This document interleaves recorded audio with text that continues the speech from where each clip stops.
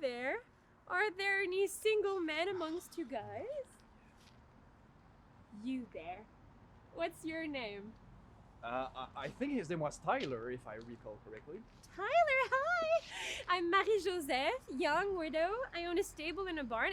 I'm very popular in Saint-Vallier, so will you marry me? Yes, right? Okay, great. We just need to go get ourselves a priest, if you would just... Excuse me, I didn't hear anything. Oh, Tyler, well, it seems I have to introduce you to your bride-to-be. Well then, so be it. Here is Marie-Joseph, but her last name is Corriveau. She didn't say That's that, not right? important, you know? Yes, well known for, what again? Ah, yes, killing of her 2 husbands. That's preposterous! Tony, you know me well enough to disregard such tall tales, you know?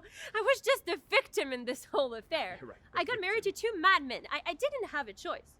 You know, my first husband, Charles, and I, we got married in 1749 when I was only 16 years old. I had no idea what I was getting myself into. And then after kids and 11 years of marriage, that's when I understood the mistake I had made. That good for nothing. He was cheating on me! And the story quickly caught on in the village like wildfire. Everybody knew he was cheating on me. Even the local priest was making fun of me. And so, to save my dignity... What was left of it?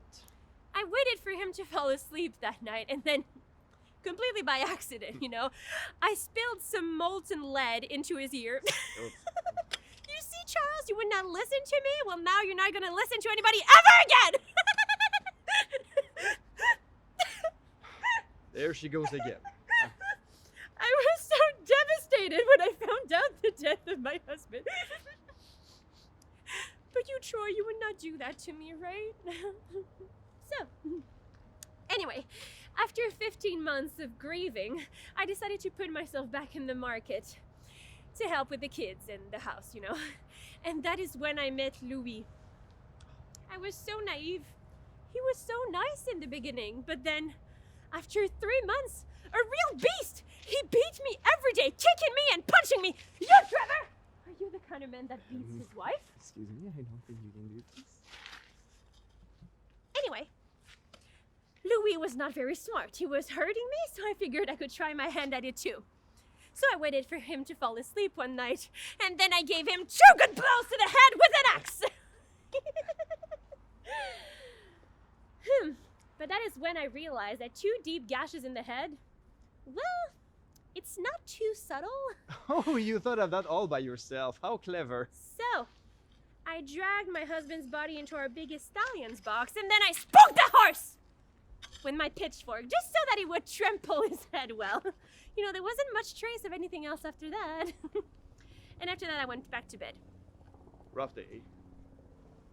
The following morning, when I got up, you know, I couldn't find my husband anywhere. I looked, and eventually I went to the stables.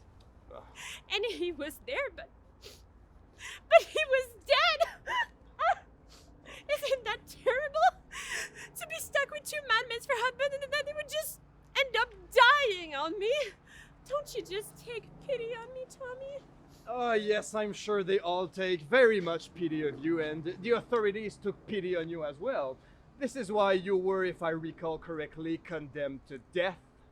That's only because the judge only spoke English, and at the time I wasn't as fluent as I am today, so you know, they didn't understand my pleas and my distress, that's all. Yeah, right. But at least the military tribunal gave me quite the astonishing sentence.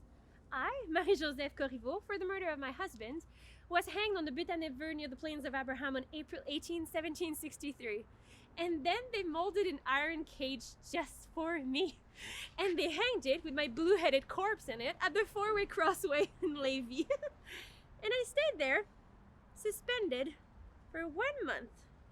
1 whole month during which I took pleasure at grating my hooks. Just to scare off all the little dunces that came and gape at me like a circus animal. 1 month. And then, you know, after 1 month, they took me down because I smelled so foul. It was just disgusting. Yeah, well, the stench still lingers, if you ask me.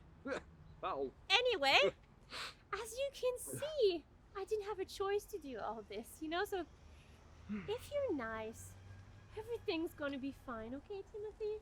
So, You ready? We can just go and get married, right? I can follow you guys. We'll find a priest and everything. You don't mind me coming with you, old fart? Yeah, well, in fact, I do mind you coming with me, and I'm sure Tyler, because yes, that's his name, Tyler will mind as well.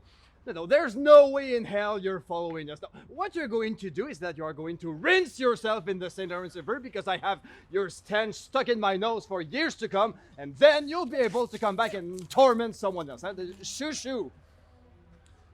You will thank me later, Tyler. Shall we go on now?